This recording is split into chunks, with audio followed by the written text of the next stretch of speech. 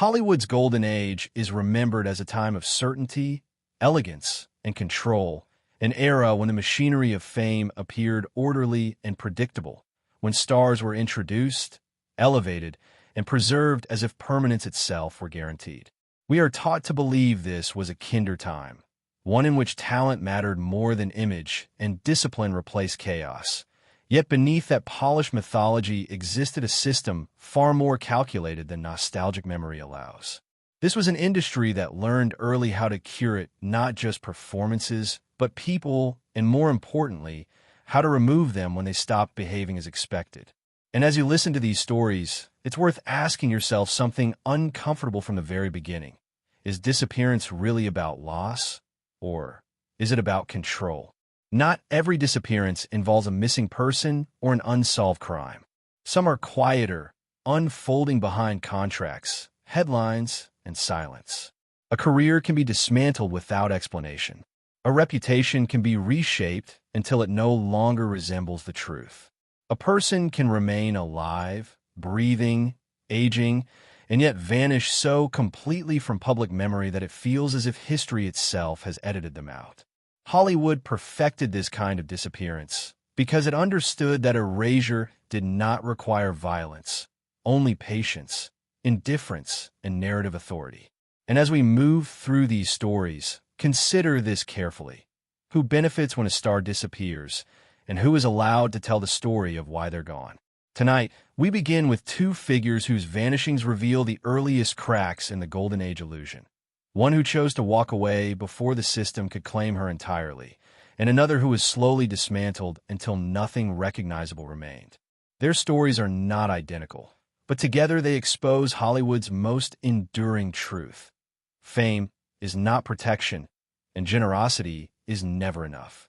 Number 1. Greta Garbo. At the height of her fame, Greta Garbo had ceased to function as a conventional human figure within Hollywood and instead existed as a carefully maintained abstraction, a living symbol of mystery onto which audiences projected longing, intelligence, melancholy, and desire.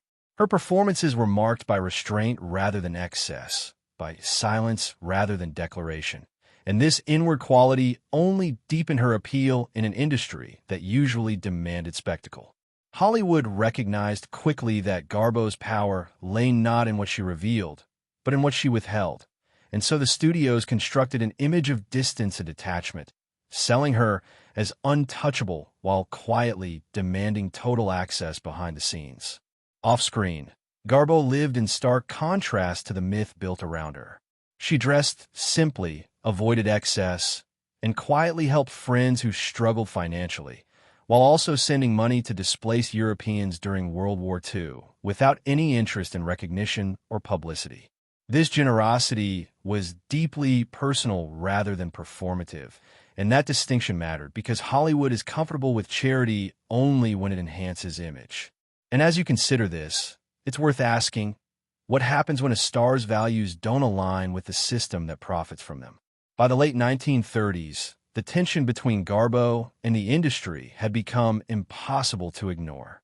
Studios expected not only her labor, but her availability, her compliance, and eventually, her willingness to age on command for the sake of continuity. Hollywood had no language for boundaries, and Garbo's increasing desire for privacy was treated as eccentricity rather than autonomy. She was expected to remain accessible, interpretable, and manageable, and yet she began to withdraw emotionally long before she disappeared professionally, sensing perhaps that once ownership is total, escape becomes impossible. Then, in 1941, Greta Garbo did something Hollywood could not process. At just 36 years old, with her name still commanding prestige and global recognition, she stopped making films. There was no scandal to justify the exit, no public breakdown that could be reshaped in a cautionary narrative, no professional failure that explained the decision. She simply refused to continue. Studios assumed it was temporary, a strategic pause designed to renegotiate power, because in Hollywood, refusal is always reframed as strategy, never as choice. And yet, months turned into years, and years into decades, and Garbo never returned. The industry responded the only way it knew how. Journalists speculated endlessly, inventing explanations that preserve Hollywood's authority while avoiding the uncomfortable truth that someone had chosen to leave. Some claimed she feared aging on screen. Others suggested emotional fragility, but none of these theories fully accounted for the scale of her withdrawal. And perhaps the most unsettling explanation is also the most honest one. Greta Garbo saw the cost of fame clearly and decided that immortality was not worth the price. And that leads to a question rarely asked aloud. How dangerous is clarity in a system built on illusion? Garbo refused interviews, avoided cameras, and lived quietly for the next 50 years, forcing Hollywood into a position it despised: irrelevance. Unable to punish her openly, the industry transformed her absence into mythology, elevating her disappearance in a part of her legend, while quietly erasing the woman who made the decision. The myth survived. The autonomy behind it was never acknowledged. Greta Garbo did not disappear because she failed. She disappeared because she succeeded too completely and understood that survival sometimes requires stepping outside the narrative entirely. Number 2, Clara Bow. The pressure intensified as Bow became both hypervisible and increasingly unsupported, scrutinized for every perceived misstep while being denied stability or protection. Mental health at the time was not treated as something to be understood, but as something to be hidden or punished, and Bow's openness made her an easy target. The industry did not intervene because intervention would have required accountability, and accountability threatened the illusion that success was purely merit-based. Her disappearance did not arrive in a single dramatic moment. It unfolded gradually through roles that never materialized, support systems that vanished, and a public narrative that shifted from adoration to dismissal. By her early 30s, Clara Bow was gone from the screen, replaced seamlessly by younger faces and rewritten histories, while her contributions were quietly minimized. She survived physically, but withdrew emotionally from a world that had consumed her youth and discarded her once she became inconvenient. And this is where her story becomes deeply unsettling, because it forces a reflection that extends far beyond one individual. How many stars didn't fail, didn't rebel, and didn't choose to leave, but were simply exhausted, exploited, and replaced without ceremony?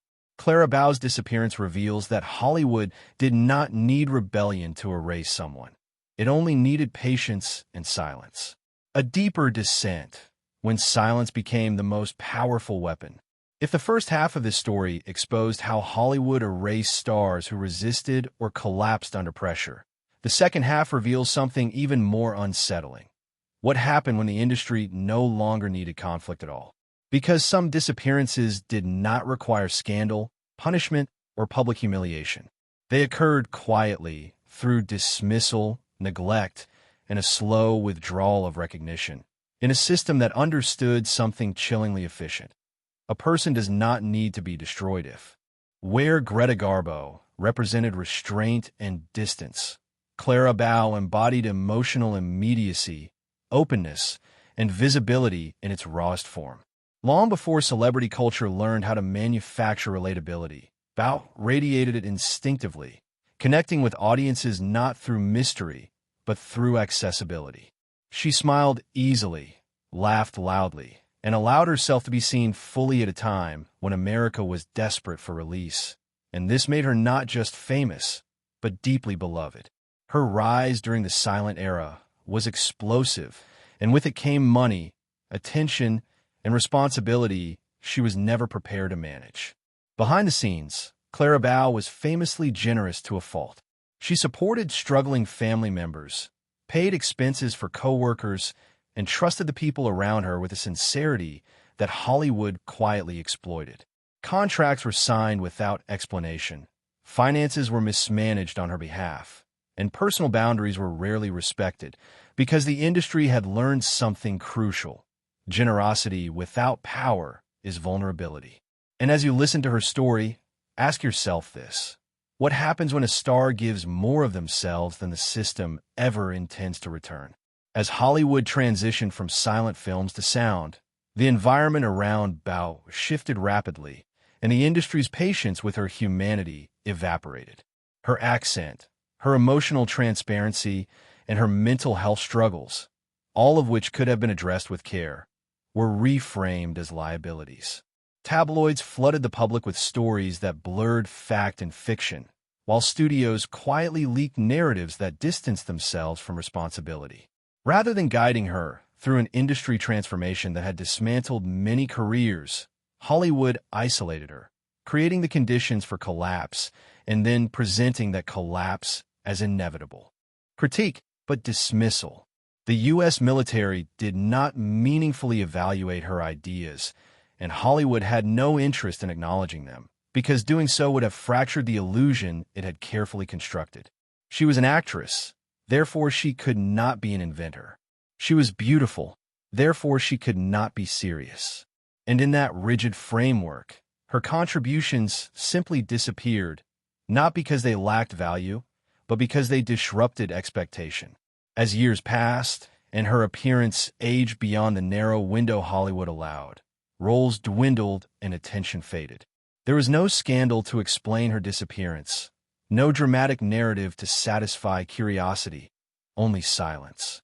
Her intellect was erased from public consciousness, while her image remained frozen in an idealized past, stripped of depth and context.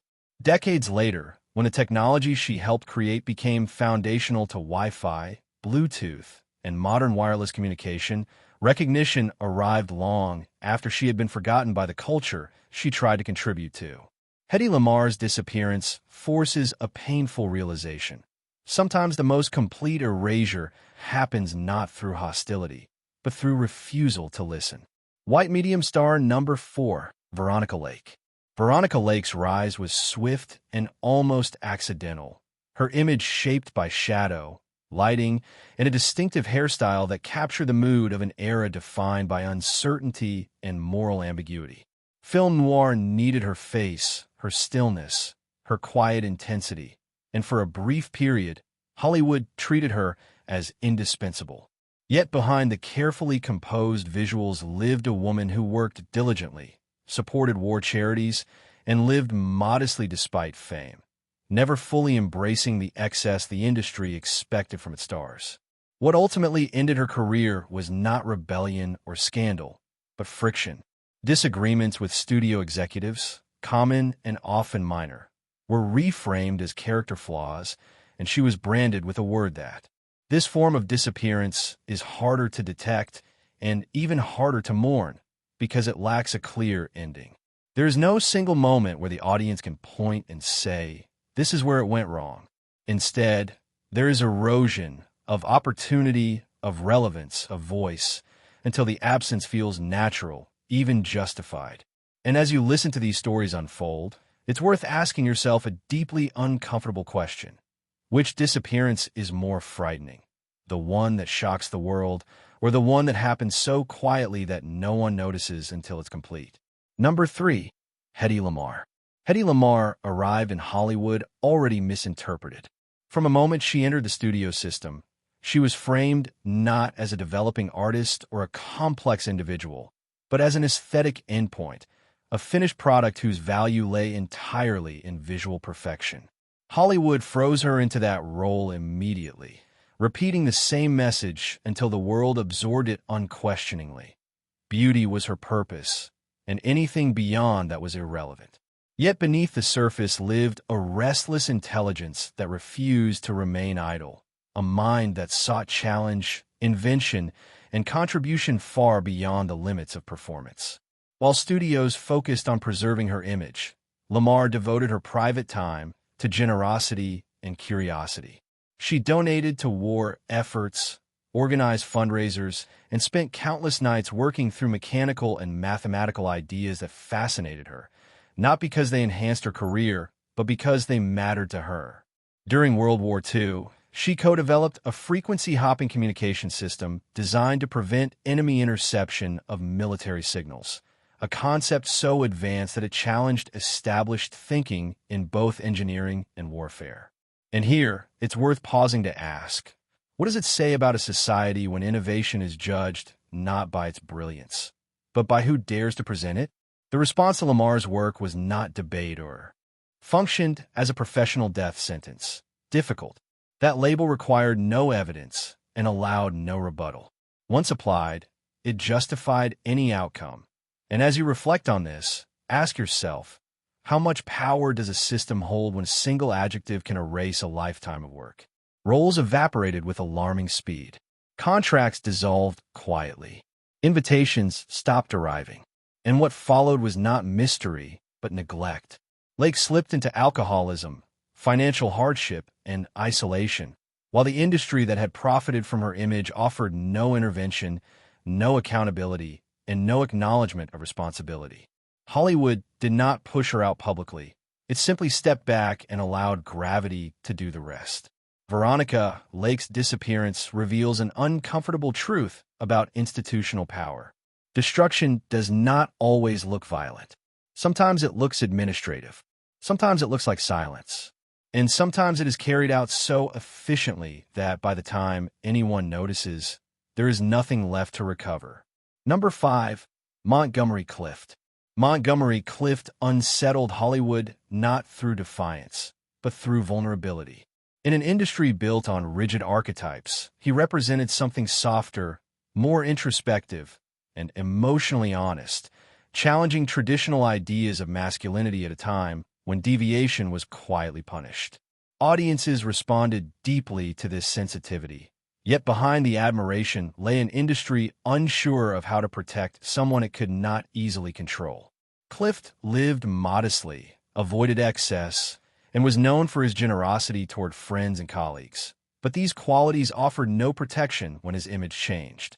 A devastating car accident altered his face and marked the beginning of a slow, visible decline. Physical pain followed, then addiction, and while Hollywood continued to cast him, it did so without care or intervention.